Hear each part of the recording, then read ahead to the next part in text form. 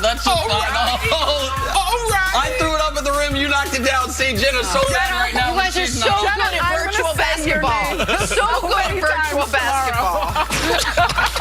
Back here with Sarah Kustok. Raptors are riding the coattails of Kawhi Leonard, and while his focus is on the Warriors, his pending free agency looms. Good Lord, I'm Kawhi's looking uncle. at next year's playoff. Kawhi's uncle and advisor says, quote, Toronto's a beautiful city. Kawhi has often spoken highly of Toronto. Sarah, let's read between the lines here. How optimistic should the Raptors be about signing Kawhi to a new deal? I will say this. Toronto has done absolutely everything they possibly could do to sell Kawhi on staying in Toronto. All the ways in which they have made sure that Kawhi was as healthy as possible. I know gentleman Alex McKechnie, his name has come up often. He's the director of sports performance, one of the assistant coaches with Toronto, has made Kawhi feel very comfortable in how he's been able to work the load management throughout the regular season to be ready for this postseason. And the fact that they're going to the finals, that's a huge aspect of it. The team they put around him, the relationship he has with Nick Nurse. But there's going to be a lot for Kawhi to decide once the season is over. And Cece, I know you've had some conversations with those inside Kawhi's camp. But I think for Toronto, there's a lot of optimism coming from the organization. I'm not sure how much of that is a reflection of Kawhi and what they have heard or seen from Kawhi, or just feeling like they put their best foot forward. Yeah, I'm sure there's other teams just like Toronto that they're optimistic. I'm sure here in New York, Scott Perry, Steve Mills, the Knicks, they're optimistic that they might get a meeting. I'm sure the Clippers, because of when Kawhi requested a trade from San Antonio, he said Los Angeles. So in doing that, the Clippers, the Lakers, there's reason to be optimistic. No one on the surface should be more optimistic than Toronto because of what he's done there. He's got the shot of the playoffs, and that being the buzzer beater Game 7 against the 76ers. And to me, he's got the dunk of the playoffs where he goes left hand and against Giannis was a spectacular play, one of the most exciting plays that we've seen. And Kawhi is focused right now just on trying to be healthy as possible, trying to get to practice. So Toronto, they should be optimistic, but they don't know. Uncle Dennis does not know. His agent, Mitch Frankel, they don't know. I talked to both of them yesterday because Kawhi has given them strict orders. This is what I'm going to be about. I'm about the next treatment session. I'm about the next practice, and I'm about trying to shock the world in game number 1. He knows he's got 4 opportunities. He wants to turn this into a long series. So I can truly tell the public, he's not like Kyrie. He don't have a wandering eye. He wasn't talking to people during the season. He's focused on the job at hand. He realized that basketball history is right there at the door. He's got an opportunity, and he's trying to take advantage of that. Toronto could not have done a better job than what they've done. And that's where Toronto, whatever happens, Toronto has to feel like we did everything. I don't know, see, I feel like you're the first person I heard say this, so I'll give you credit for it. Control your controllables and don't worry about the other things. Toronto did everything right. When they traded for Kawhi, they got San Antonio to include Danny Green, so he had a familiar face. They were as cautious with... But Danny Green is a big part of it because last year when they questioned, Tony Parker made the idiotic comment that my quad was 100 times worse than what Kawhi's was. Danny Green was the one who came out and spoke and said... Had Kawhi's back. He said, I totally back up Kawhi. And so from the very beginning, they have the Spurs include not just a throwaway player that's going to start with Kawhi and a player that he has familiarity with and a player that, by the way, if Kawhi didn't win the Finals MVP in 2014, could have been Danny Green. He had 27 threes in that Finals against the LeBron's Heat. So you did that.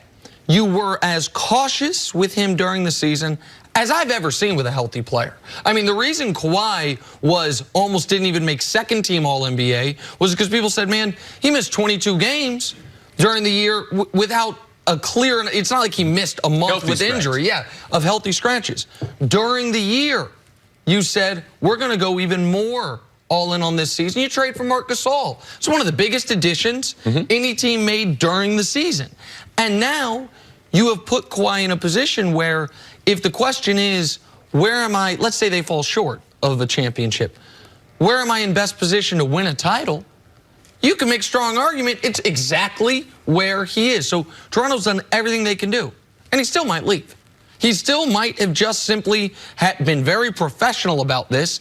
And if, by the way, if he does leave, I will respect the way he's conducted himself this season almost even more. Not that I'll respect him more if he leaves, but if he does not want to be there and is still doing everything he's done and kept the noise so quiet compared to other players we've seen who haven't been happy where they are and do things a certain way, to me that'll be a testament to his professionalism a year after his professionalism was under attack. Without a doubt. And Kawhi can make any decision that he wants, and he should be fully respected and supported for that. Two things stuck out to me, though, from the postgame of winning the Eastern Conference Final. One, the fact that Masai Ujiri had proclaimed that Kawhi Leonard is the best basketball player afterwards, as you would expect him to do so. Kawhi was asked about him. He said, well, Masai told me that when he brought me here. Yes. He sat me down and said, this is why we're bringing you here, because I believe you are the best basketball player in the NBA. And Kawhi was quick to say that, knowing that he had that support regardless and prior of even how he performed this season